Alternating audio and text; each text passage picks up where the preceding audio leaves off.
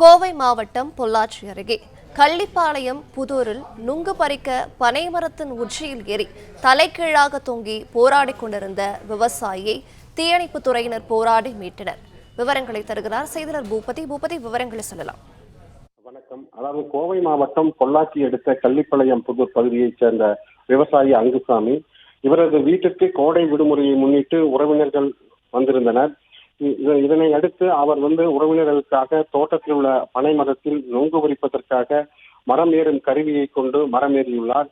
உச்சியில் சென்று, அதாவது மரம் ஏறும் கருவியிலிருந்து காலை விடுவிக்கும் பொழுது கால் கருவியில் மாட்டிக்கொண்டது. இதனை அடுத்து காலை உதறியுள்ளார். இதனால் அவர் கருவி தலைகளாக தொங்கி அவரும் தலைகளாக தொங்கினர். இதையடுத்து அவர் கூச்சலிட்டதை அடுத்து அக்கம் பக்கம் உள்ளவர்கள் மற்றும் குடும்பத்தினர் தீயணைப்புத் துறையினருக்கு தகவல் கொடுத்தனர்.